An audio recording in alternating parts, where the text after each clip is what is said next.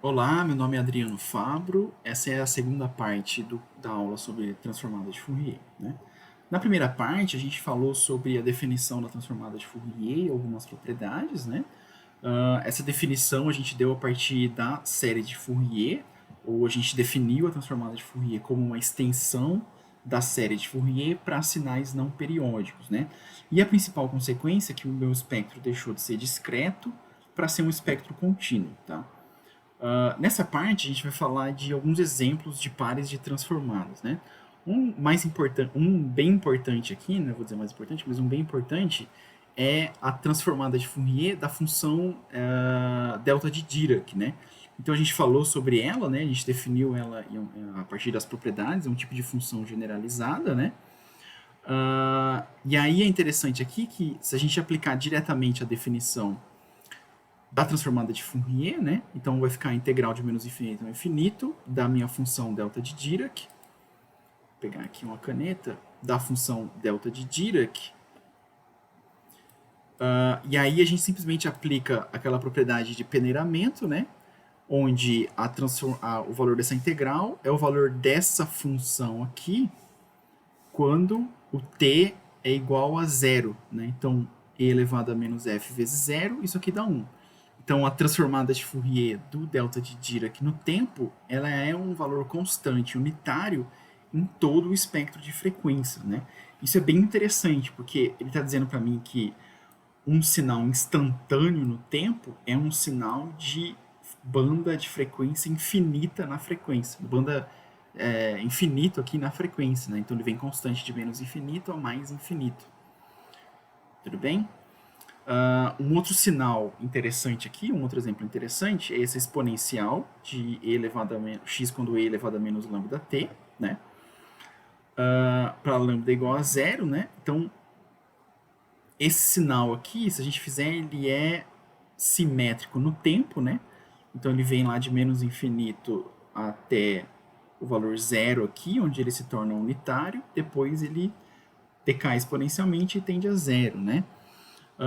Se eu fizer a transformada de Fourier desse cara aqui, simplesmente aplica a definição. Você tem que calcular ela em duas partes, né? Como é o módulo de t aqui, então a primeira parte é de menos infinito até zero, e aí aplica a definição do módulo, depois de zero até o infinito, né? Onde eu tenho menos t aqui. Então, só cuidado com o sinal do t nesse módulo aqui. Calculo essa integral em duas partes aqui, e aí a gente chega nessa expressão aqui, desse polinômio, né? Mas repara aqui que, como o meu sinal ele é simétrico no tempo, né? A minha transformada de Fourier deu um sinal puramente real, tá? Ou seja, esse sinal simétrico no tempo, isso é uma propriedade mais geral, né? Em que o sinal simétrico no tempo é um sinal de fase nula, tá?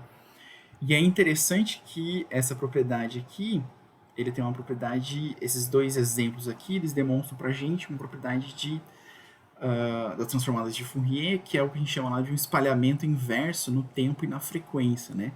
Então, se um sinal é instantâneo no tempo, ele vai ser extremamente espalhado na frequência. Na medida em que eu vou espalhando ele no tempo, eu vou mudando, eu vou concentrando ele na frequência, né? Então, esse cara aqui ele foi diminuindo a banda de frequência em que ele aparece, né? Então, é uma propriedade bem interessante aí das transformadas de Fourier. A gente pode fazer aquela mesma análise, né? Um sinal bem parecido aqui, um exemplo bem parecido com o anterior, só que agora o meu sinal já não é mais simétrico no tempo, né? Então, eu assumo que ele é um sinal que ele é zero até um instante zero, e aí ele vale essa exponencial aqui a partir do instante zero. Então eu tenho só uma exponencial comum aqui, né, que a gente está acostumado. Esse aqui é um sinal mais realístico, né? Tipicamente a gente tem coisas desse tipo aqui em engenharia, né?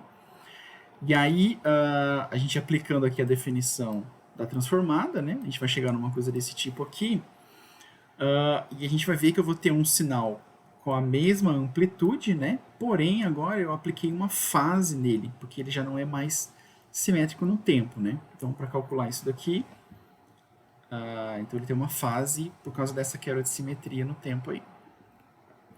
Um outro exemplo bem interessante é um sinal, qual é a transformada de Fourier de um sinal harmônico, né? Um sinal periódico aqui. No caso, um caso mais simples aqui, o meu seno de 2πt, né? Ah, mas é um sinal periódico, eu não sou obrigado a fazer uma série de Fourier?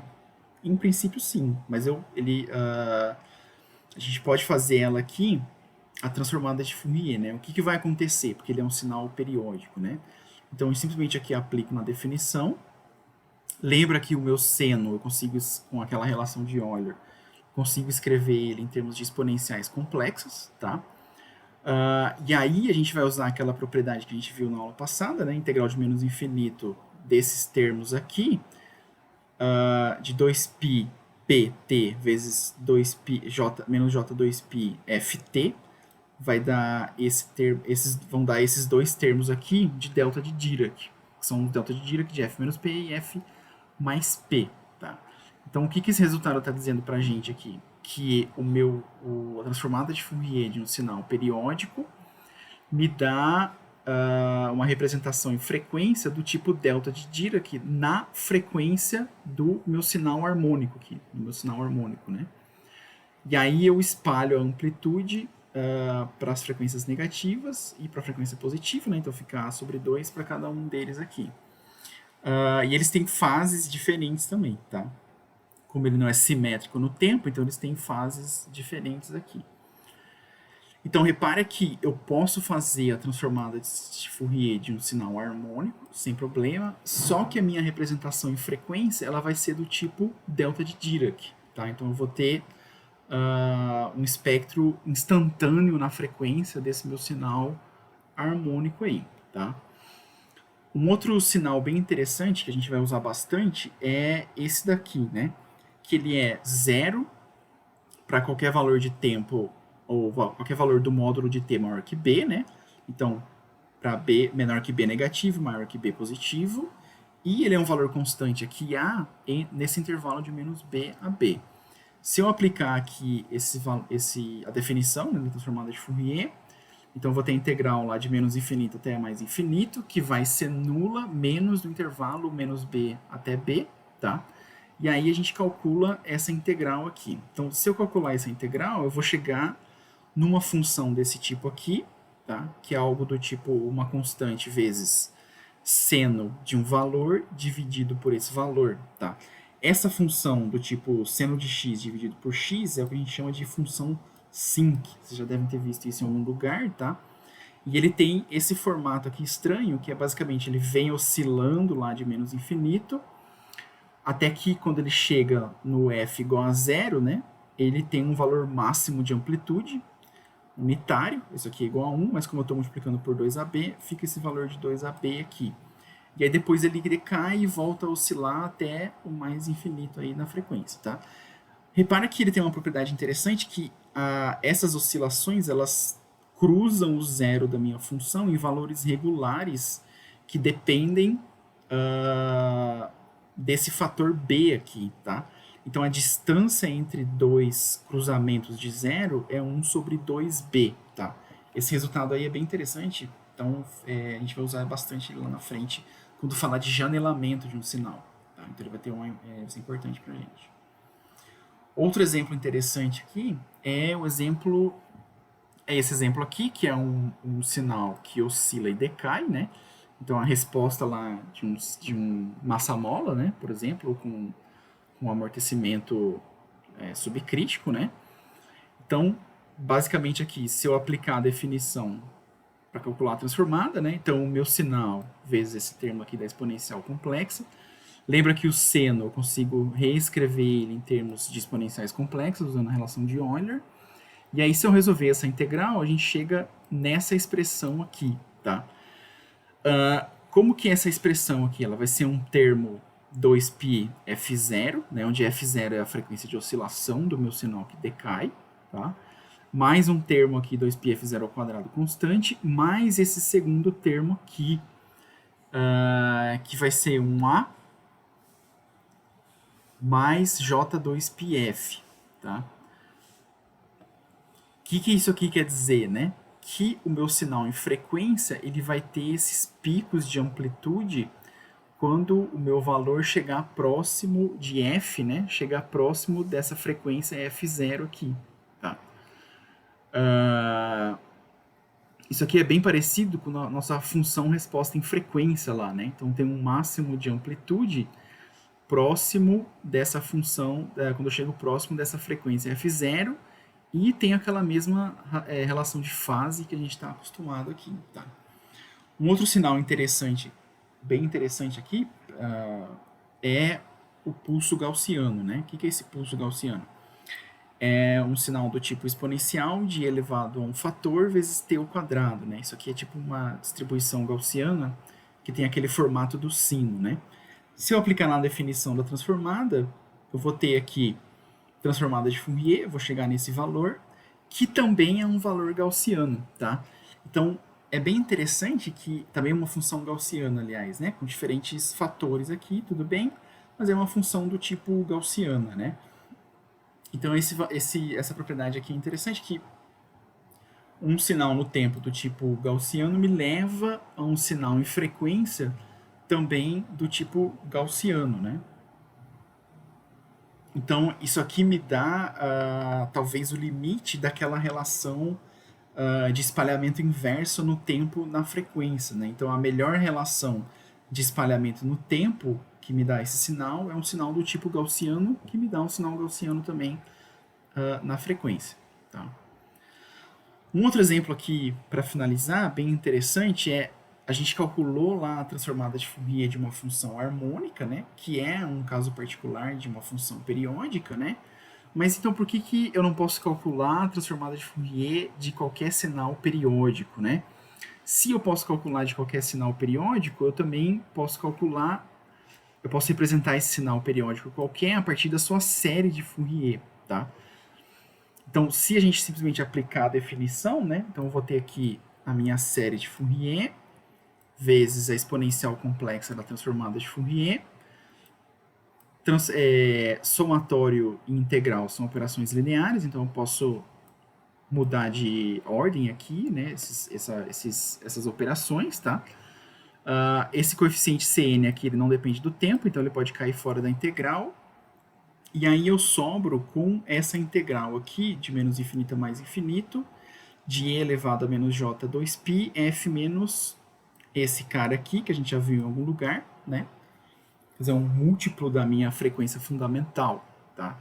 Essa integral aqui, a gente já viu como é que eu calculo ela, né? A gente usa aquela propriedade do delta de Dirac e resulta nisso daqui, nesse valor aqui, né? Ou seja, com isso, né, a transformada de Fourier de um sinal periódico é dada por essa expressão aqui, que a gente pode interpretar ela como uma série de funções do tipo delta de Dirac, ponderada pelos coeficientes Cn, localizados em múltiplos da frequência fundamental. Então isso aqui é basicamente o que a gente chama de a fórmula de Poisson, tá? O que ele está dizendo para a gente? Que a minha função periódica ela tinha lá um espectro discreto, né? Mas se eu fizer uma transformada de Fourier da minha função periódica, ele também vai ter um espectro discreto, só que agora em termos de deltas de Dirac, né? Então eu vou ter aqui um delta de Dirac, um outro valor de delta de Dirac, e assim por diante, para cada termo da série, né? Então, só que aqui eu vou ter uma função, essa função aqui vai ser do tipo em função da frequência contínua, né? Então eu vou ter um x de f aqui. E aí eu vou ter um delta de Dirac para cada múltiplo da minha frequência fundamental, né? Então esse cara aqui vai ser 2 sobre Tp e assim por diante, tá? Repara que isso é bem interessante, né? Porque por definição, a gente definiu aqui a transformada de Fourier como esse coeficiente, a razão desse coeficiente aqui por ΔF, quando ΔF tende a zero, né? Então essa aqui é uma densidade de frequência em torno dessa frequência fundamental, tá? Então para eu recuperar o meu valor da série de Fourier, eu vou integrar esse cara aqui numa banda de frequência em torno desse termo para recuperar o meu coeficiente da série de Fourier, né? Então, se eu aplicar a minha transformada de Fourier num sinal periódico, eu vou ter, de fato, um espectro discreto de novo, tá? só que em termos de densidade de frequência agora, através da minha função delta de Dirac. Tá? Então esse resultado é bem interessante, ele generaliza, então eu posso, no fundo, aplicar a transformada de Fourier para qualquer sinal. Tá? Tanto não periódico quanto periódico. Algumas propriedades interessantes, né, são essa propriedade de reversão no tempo. Então a transformada de Fourier de x menos t é igual a transformada de Fourier igual a x de menos f, né, ou conjugado, para o caso do x ser real, né.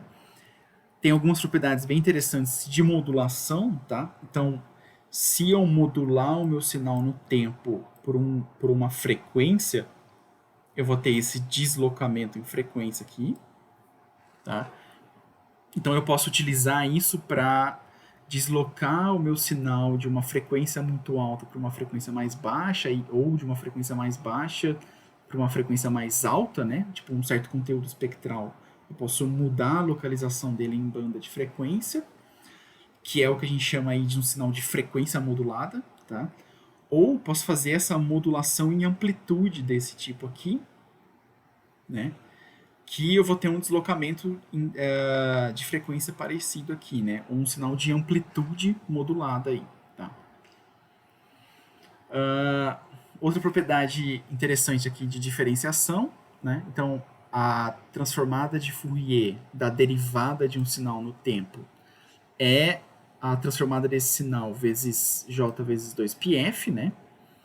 Isso é válido se o x tende a zero para o t infinito, quando o t tende para mais ou menos infinito, né?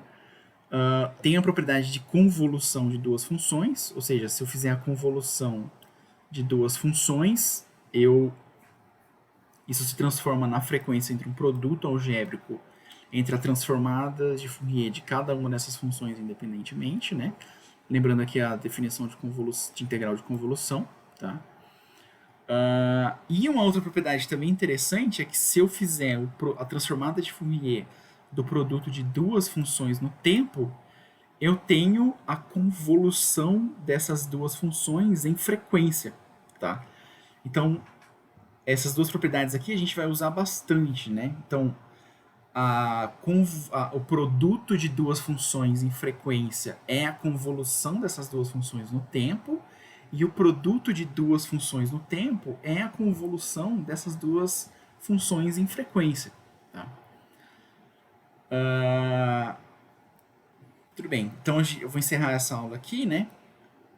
Nós temos das propriedades aí. Então a gente continua na terceira parte aí da aula.